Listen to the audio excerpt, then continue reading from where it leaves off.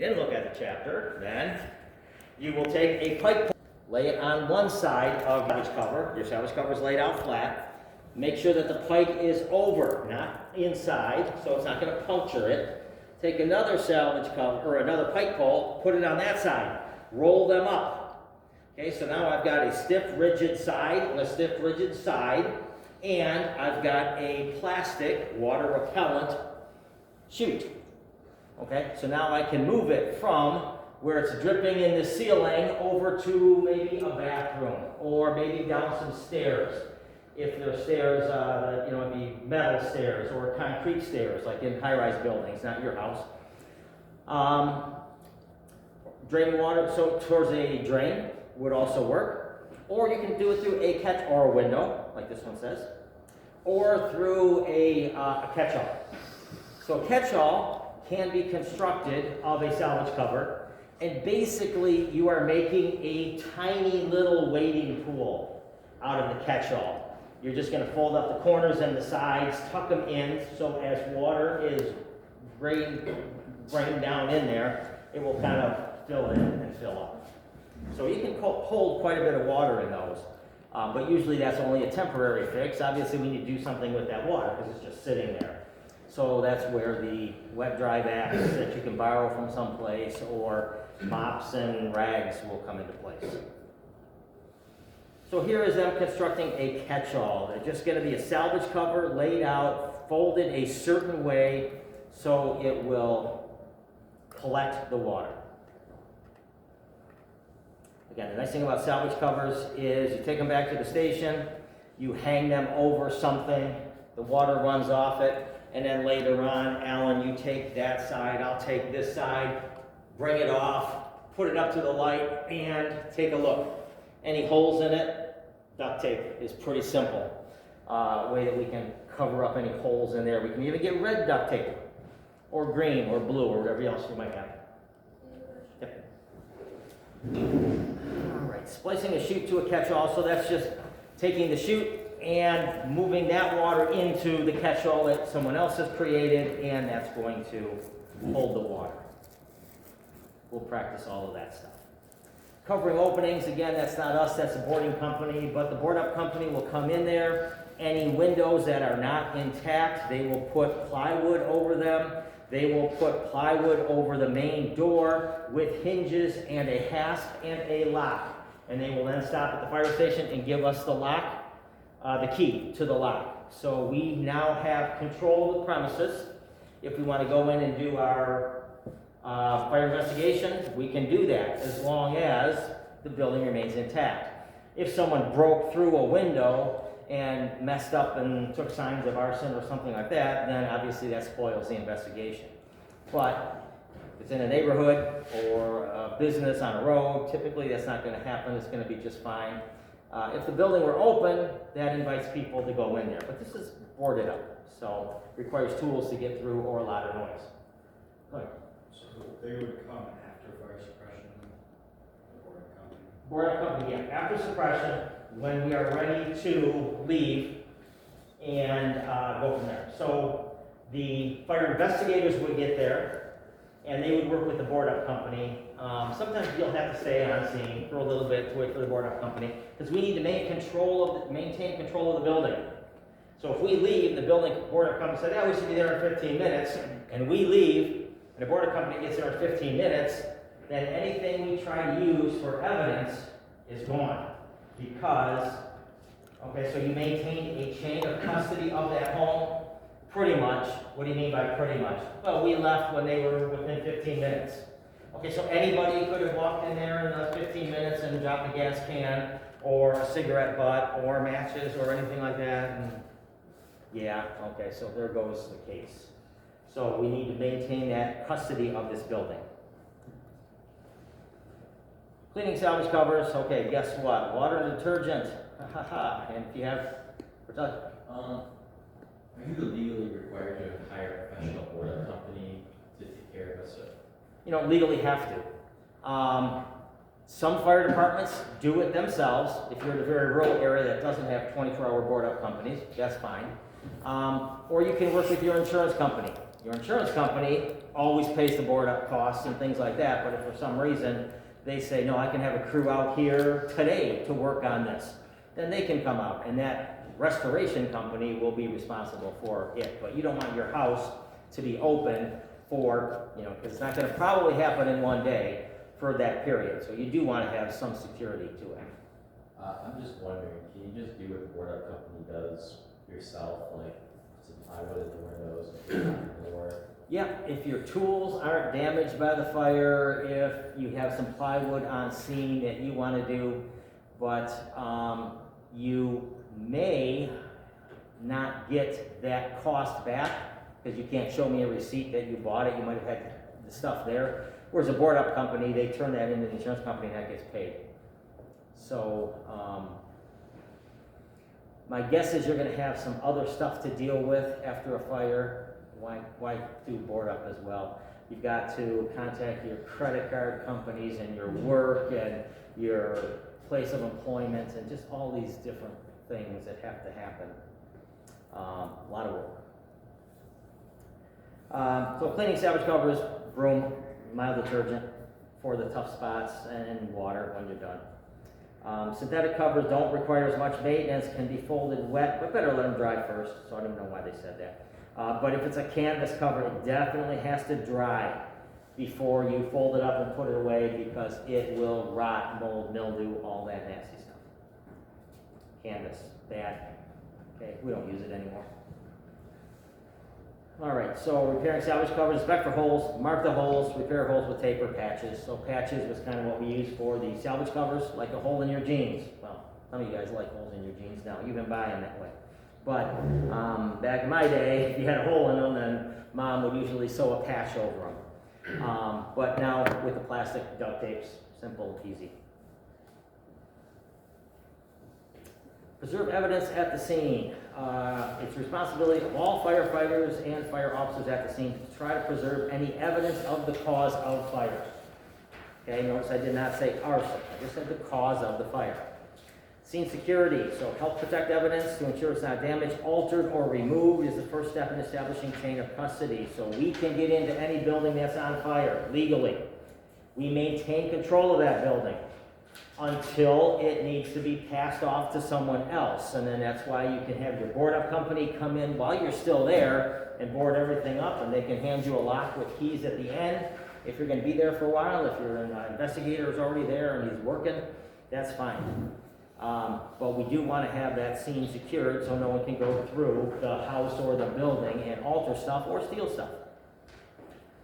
Reasons for protecting it. Evidence of the area of origin and fire cause is necessary to determine the fire cause classification, so how it started. Insurance companies, again, are going to pay you back for a lot of stuff. Accidental. In this country, we pay for accidental. So people do something not very smart, and it results in a fire, the insurance company will still pay that. In other countries, it's not like that. They usually determine that you were 50% at fault in doing something stupid, so we're going to pay 50% of your claim. So you're going to take a hit here as well for doing something stupid. So ours is a little different. Unless you're qualified or certified, you are not to determine what is evidence or admissible in court. So again, don't mess with stuff. If you think it has something to do with the cause or origin of the fire, try not to mess with it. Let the fire investigator take a look at it first. Protect everything that looks odd or suspicious. All right, so in this particular one, again, we're looking for the low burn, and it's going to burn upward and outward from there. So most likely the area of origin was in this area because it burned up from there. Chain of custody, all debris should remain in place until ordered to move it. So again, quickly, and I mentioned this the other day, but didn't check it out. We go there, we put the fire out. We go out, we're taking a break, we're getting our cylinder changed, we're having a water bottle. The smoke is being removed from the structure, PPV fans, etc. The officers and the IC and the fire investigator, if they're there, we're going to walk through. Investigator's going to get some pictures. IC and the company officers are going to determine where we need to focus our overhauling efforts on, okay? And then we are going to assign groups to do that. So we're going to come out, meet you in rehab, tell you that you guys are gonna work on the back bedrooms, you guys are gonna work on the living room, and you're gonna work on the hall, okay? And that's what we're gonna be working on mainly. And you've got an assignment, what to watch out for. There's a hole in the floor and whatever, so any of that stuff. So, should remain in place until ordered to move it. So this is after, if they say, okay, so now we need to get this mattress out and this couch and chair out because they've got insulation and they're hold heat in, then, okay, give me a hand. Let's take this goes outside. And someone outside is going to water it down, get it thoroughly wet. But either way, it's still outside. It's not going to be a problem. What was the other thing I was going to say?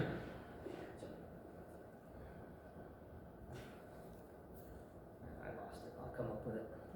All right, control of evidence must be maintained as part of the chain of custody. Oh, I remember what it was. There must be a charged hose line. So even though you're going to have some of those other crews that aren't doing the salvage overhaul work, some of the other crews are going to be packing up. Well, first they'll help you get your truck back in service and to figure out whose tool belonged to everybody, rinse them off with a booster line or a regular line, get them back on the trucks, dry them off. All that stuff gets taken care of. But we have to keep one line available for overhauls. Control of evidence, remember what you see, smell, and hear. So the inspector will be asking you some questions at some point about certain fires. All right, so our chain of custody is there's a fire scene, the firefighter has a responsibility, and that would go up to your officers as well. The fire investigator then does their thing. The lab can help determine if there was flammable liquid poured on your carpeting or something like that. Then we go to the courtroom, so we need attorneys that present our side, and then a judge to make a disposition on the case. Minimize fire suppression and overhaul activities that could destroy important evidence regarding the origin and cause of fire until after the fire investigator has taken a look at it, taken some pictures, asked some questions. Then we want to make sure we have complete overhaul. All right, physical indicators, the area of the least damage to the area of most damage. So obviously the area of origin has the most damage. So that's pretty much where we're going to start our overhaul operations, the area of most damage, and then we're going to go as far as we need to from that area. But stuff that has a little smoke staining up high on the walls and the ceiling at the far end by the garage door has not that much overhaul to do based on the fact that it was a bedroom fire on the other side of the house. Okay. I have a question on the chain of custody. So Yeah. for the courtroom piece of it, is that after every fire or only if the person? Not every fire. Not every fire goes to court. Most do not.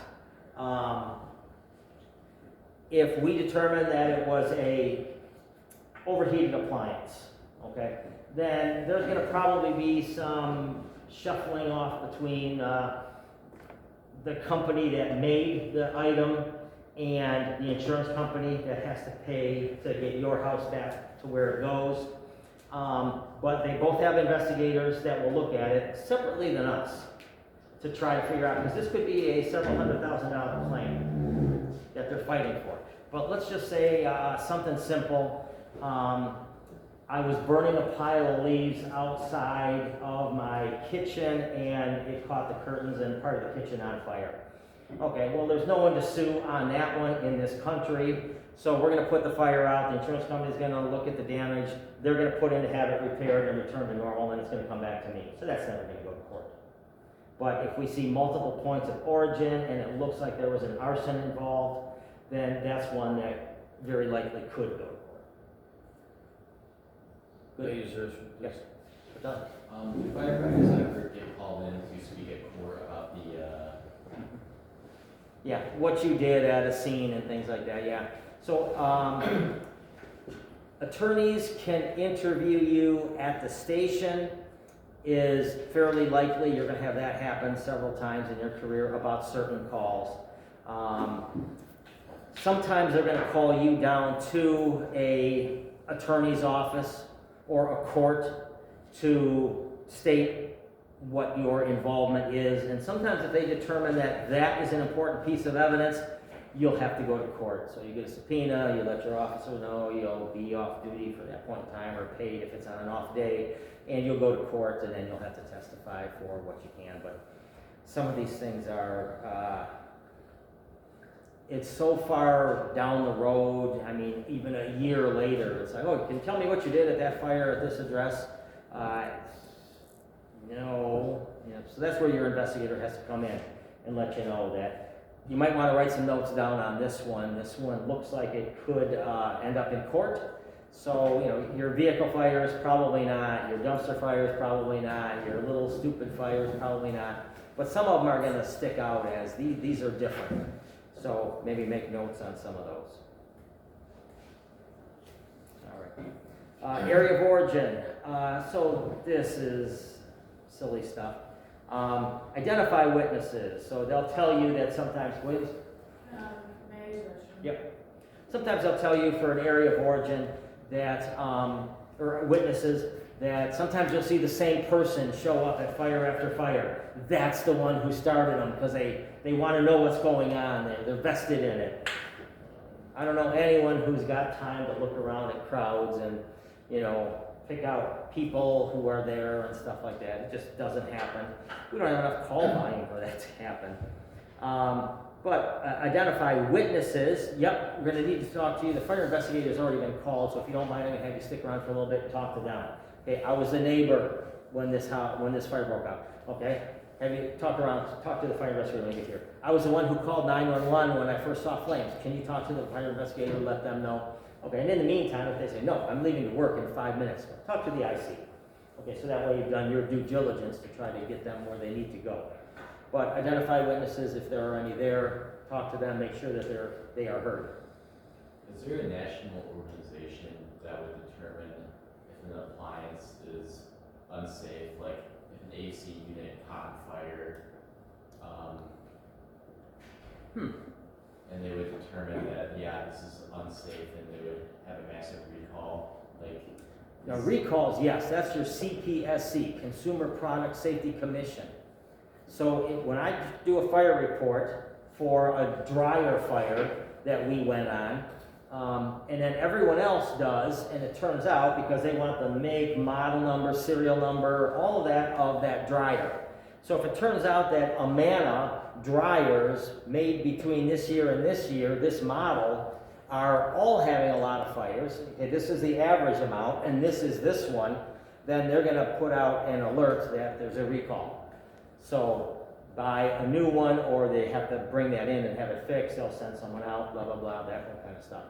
So there's that. But the other thing that what determines if something was faulty or not, I don't know 100%. I know that some of it will play out in court because the term subrogation, you might have heard of it, you maybe didn't, it's a big long word, but basically it means the insurance company that I hired them to rebuild my house in case there's a fire. So that's going to happen, but they're going to try to get that money from wherever they can. So if they need an attorney to call Amana because it was a dryer fire and they think the dryer fire was bad, then they will put in a claim for Amana to pay my $100,000 in damage to my house. And then they have to kind of fight that out. But if they can kind of prove that I have one of the faulty models and that's where the fire started, then they might have a good chance. So secure the scene. Try not to let people walk through it or anything like that. The IC is the one to talk to because there are people who, hey, you mind if that's my house. You mind if I run in and grab my wallet, car keys, laptop, blah, blah, blah, blah. Okay, got to go through the IC. I can't let you in. Okay, so just send them right over the IC. That's all you need to do. And the reporter comes up. Says, so what do you think is the cause of this fire? I don't know. You can talk to the IC. But what do you think it is? Okay, so feel fine to say nothing. You know, you already told them. And they know that. But their hope is that with that microphone in front of you, you're going to feel compelled to say something, and if it's good, it ends up on the news. Well, I mean, it could have been an intentionally set fire. Let's cut out that could have been part. Intentionally set fire. Okay, so then you heard it right there from one of the firefighters on scene. So don't get roped into that. Note initial scene observations. So again, was anything unusual about this fire? The color of the flames, the smoke, access, was something blocked? Was the door double bolted or locked? Or were there things in front of windows? So maybe passerbys couldn't see flames, all weird things. You can probably guess that you're going to get asked about those. So make some notes if it's weird stuff. The IC and the investigator determine the area of origin, determine the fire cause, and collect evidence. So the IC is going to work with your investigator up to a point. That's going to direct our overhaul efforts and time frame, and then pretty much the investigation is going to be taken over by the investigator, who is then going to have to work with police and attorneys if it goes that far. Area of origin cannot be determined. Delay overhaul beyond locating and extinguishing fires, protecting the scene and scene security. So here's what an arsonist hopes, that you can't determine the area of origin because of it was destroyed by the fire. Even though that looks like quite a mess there, the investigators will start taking that apart. They'll start shoveling out all of the stuff on the floor to see if there's any patterns on the ground, any burn patterns. If I poured gasoline right here, that concrete would do what? The moisture content heats up and it breaks apart. What do we call that? Spalling. Okay, so a lot of indicators will be there. Protect the area of origin, restrict access, protect potential evidence, minimize suppression overhaul activities until the officer and investigator got a look at it. Investigator may alter or implement additional security measures based on their thoughts. Guidelines for a perimeter size. So how far do we keep people away? Well, for an explosion, this is a test question. It's, just common sense. But for an explosion, 1.5 times the distance from the farthest piece of debris. So if the farthest piece of debris outside of a window or outside of a door is 20 feet away, then 1.5 times that is 30 feet. You're going to make your perimeter there, roughly. Okay, that's the only reason that's there. If it's a structure fire, just beyond the farthest piece of evidence, so whatever that might be. And usually it's just the size of the building, because what's going to happen there? You might have a window that pops during a flashover, but it falls and goes out 2 feet. So yeah, just keep people common sense away, typically. But that's sometimes a test question. All right, establishing, and actually, what is the collapse zone that we talked about way back in safety? 2 times the size of the... No. You remember the collapse zone? 1.5 times the height of the structure. So 1.5. So fairly simple, hopefully. Establishing your perimeter. So here we go. Find something. Attach your barrier tape to it. All fire engines have that on there. It's cheap. It doesn't take up much room. It's the size of a toilet paper roll. Ensure the initial perimeter is larger than necessary for investigations. Ensure the perimeter is visible and recognizable. Okay, you can't miss that. And then use uniformed law enforcement officers or firefighters to control access. So we don't want anyone going in unless they should be there, because that can spoil the whole investigation. Securing the perimeter. Investigator may institute procedures in a criminal investigation. Keep a log of everyone who enters and leaves. Okay, that's something you might have to do. Permit access only to authorized individuals. Okay, if anyone wants in other than this investigative team of me and this person, make sure you notify us first before anyone goes in. Okay, that's common. Ensure that personnel move to a staging area outside the perimeter while they're waiting to go in. Ensure others brought into the area are escorted. Mark potential evidence within the perimeter so it won't be disturbed. So throw a box over it or something like that. Put some furniture in front of it if you need the investigator to take a look at it, to try to keep it from getting kicked around, moved around, etc. Stuff happens in a fire. The hose gets dragged and people crawl through.